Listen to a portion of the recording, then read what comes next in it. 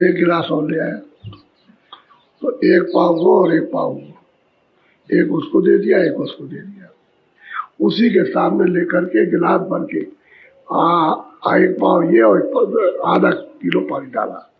मैं तो बहुत ठीक हो गाला, ऐसे ही गाला होना चाहिए था। तब तक लड़के 2-4 दिन के बाद बोले बाबू जी तो और मतलब ये आप तो कुछ बात खत्म हो रहा। बोले के लोग आए और उन्होंने कहा कि अरे सेठ जी हमारी बड़ी बदनामी हो जाएगी, आपके पास इतना पैसा आप दे सकते हो, तो एक सुपरिटेंडेंट रख लीजिए। तो सुपरिटेंडेंट रखा, उसको 75 रुपए दिए। उसके बाद गए बालक पास, देखो हमारा सिपाही है, ये है इंस्पेक्टर और ये सुपरिटेंडेंट है, अब इसको तुम समझ लो दूध ठीक करना जाने कहेंगे सेठ जी बट बिल्कुल ठीक दुकान में। तो बस वो ये लोग गए वहां, देखो कि देखो ये मैं इनके ऊपर सुपरिटेंडेंट, मैं दोनों का देखूंगा कि ठीक तो आप दूध दे रहे। वो समझ गया, तो उसने एक गिलास और मंगवाया, तो तीनों का भर के रख दिया, एक पावर इसको पावर इसको पावर इसको। अब एक ही पाव रह गया दूध, बस कुछ नहीं। उसमें 3 पाव उसने उसके सामने पानी डाला, उसी के सामने, कोई अलग नहीं, वो सब डाल के उसने डाल दिया, कह रहे ठीक है। अब उनको शुद्ध दूध मिलने लगा। तब तक है लड़के बोले कि बाबू जी हम नहीं पिएंगे, ये दूध बिल्कुल नहीं है, पता नहीं क्या हो गया तुम्हें, ये पीने लायक नहीं है। कह रहे भाई ठहर जाओ। तो मोहल्ले के लोग आए कि भाई क्या बात हो गई, कह रहे हम नहीं लेंगे। लड़के भी कह रहे बाहर चिल्लाने लगे, ये क्या अभी तक तो दूध आता रहा और अब ये क्या कुछ भी नहीं। तब तक कहा अच्छा ठहर जाओ भाई, ठहरो ठहरो। मोहल्ले ने कहा महाराज जरा सा एक मेरी अर्ज सुन लीजिए, एक डायरेक्टर और रख दीजिए हमारे कहने से। तो डायरेक्टर रख दिया। उनके घर में एक कल्लू नौकर था, और डायरेक्टर गया उनका, देखो सेठ जी ने हमको डायरेक्टर बनाया, ये है नौकर, ये है इंस्पेक्टर और ये है सुपरिटेंडेंट और मैं हूँ डायरेक्टर। चलिए बाबू बिल्कुल ठीक बिल्कुल ठीक है। 4 गिलास में आया, पापा मैं दूध उसको दे कहीं जाइए उनको, अब वो पानी भी उसको दे दिया, कहीं जाइए। और दूध लेकर के चले गए। इनको तो कुछ पता नहीं था। सेठ जी ने खाना खाया, इंतजार कर रहे थे कि को कल्लू जो है दूध लेकर के आएगा पिला देगा। सेठ जी खाना खा करके अपना सो गए। वो बाजार में पहले ही से चला गया, शाम को थोड़ी सी मलाई ले आया। जब सेठ जी खूब घराटा मार रहे थे, खूब घराटे में सो रहे थे, तो धीरे से उसने मलाई को छुपा लगा दी मलाई। सुबह जब उठे तो कहने लगे कल्लू तुमने रात को दूध ले लिया। अरे कह लगे सेठ जी आप मतलब ये कि सो गए, मैं क्या करूं, आपने सोते में पी लिया। शीशा ले आया तो शीशा दिखाया कि देखिए ये मलाई लगी है, ये मलाई लगी, ये है, ये आपको मैं समझा रहा हूं, अब समझ लो आप। अब हमारे समझाने की जरूरत तो कुछ है नहीं।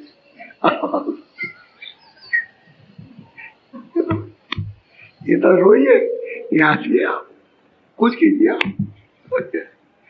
ये समझ लीजिए। आप यही बात कह रहे हैं कि खान पान बदपान नहीं, सबको अपना अपना रहकर दुनिया किधर भी जाए वो कुछ नहीं, मलाई लग जाएगी।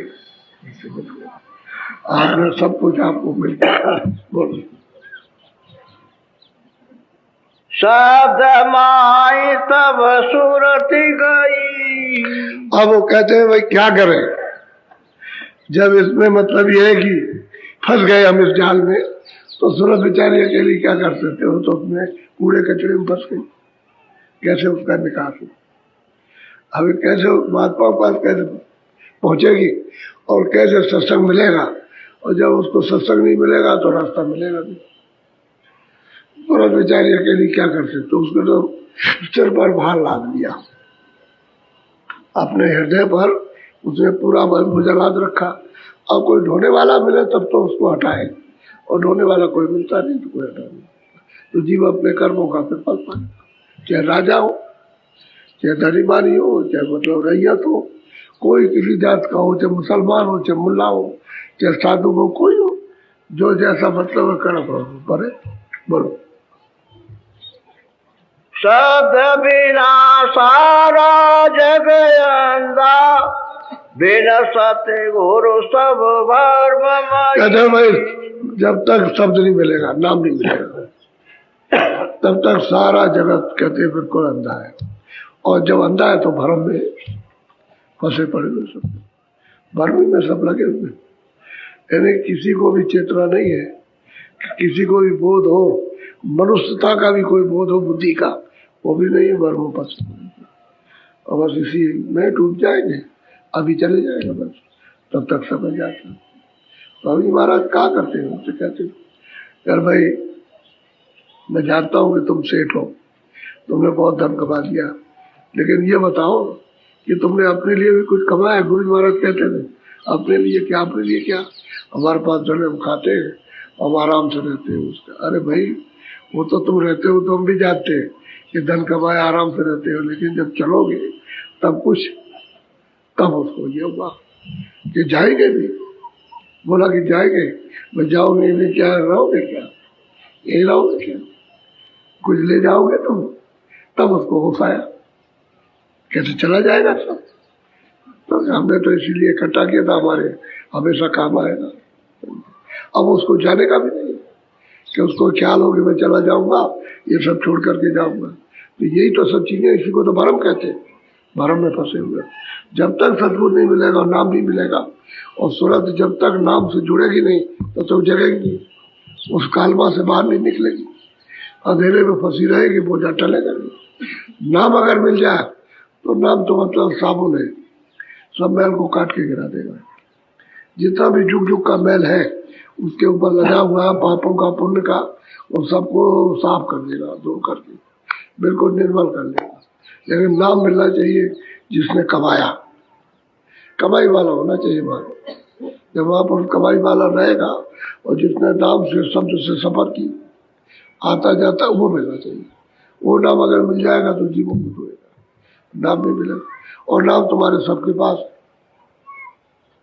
सूरत इधर बैठी, ऊपर बोझा लगा है, ऊपर में नाम आ रहा, बोझे के ऊपर में नाम गुंजार मान है, वो कहीं हटके गया नहीं है, क्योंकि उसी को जब बोझा नहीं था और धीरे धीरे जब कालमा पड़ने लगी और तुम्हारी अंतर्दृष्टि जब धीरे धीरे बंद होने लगी, वो कान कम सुनने लगे, तभी वो आवरण पड़ा और नाम छूट गया।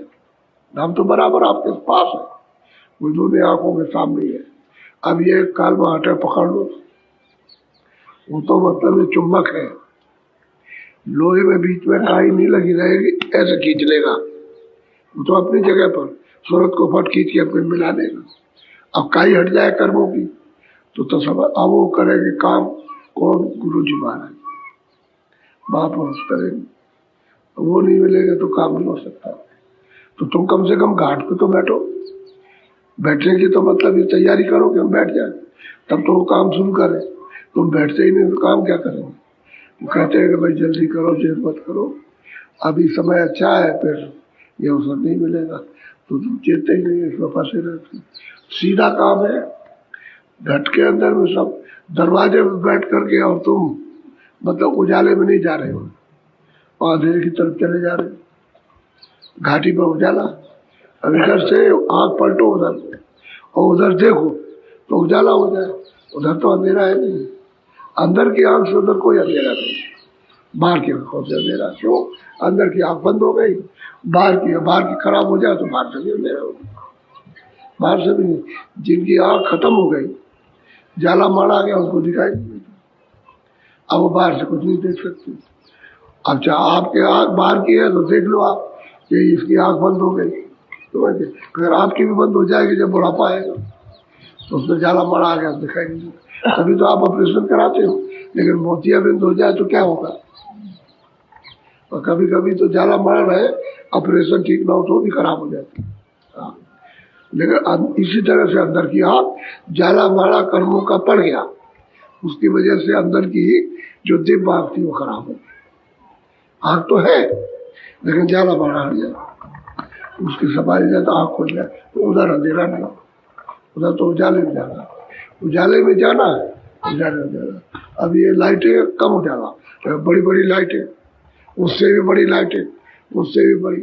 तो पहले तो यह है कि छोटी लाइट को बर्दाश्त करो, छोटी रोशनी को, छोटे प्रकाश को बर्दाश्त करो, तो बड़े बड़े प्रकाश आएगी, बड़ी बड़ी रचना आएगी। पहले छोटी रचना को देखो। तो शुरू में ही स्वर्ग की रचना दरवाजे पर है, आँख खुली के बाद प्रवेश हुए, तो उसमें छोटी रोशनी है, बड़ी रोशनी नहीं है। क्योंकि अगर एकाएक बड़ी रोशनी में दाखिल कर दिया जाए तो तुम्हारी आंखें वैसे ही चकाचौंध हो जाएंगी। तो छोटी रोशनी उसमें दाखिल किया जाता है तब, तो रोशनी तो आपने छोड़ दी, वो तो कितने जो बीत गए, इतने की पृथ्वी में गिनती नहीं लिखी जा सकती। तब से आप आए हुए परदेश में अपने देश को छोड़ करके, तो धीरे से वो तो जब मिल जाएंगे महापुरुष तब काम करेंगे, ऐसे तो काम आपका हो नहीं सकता।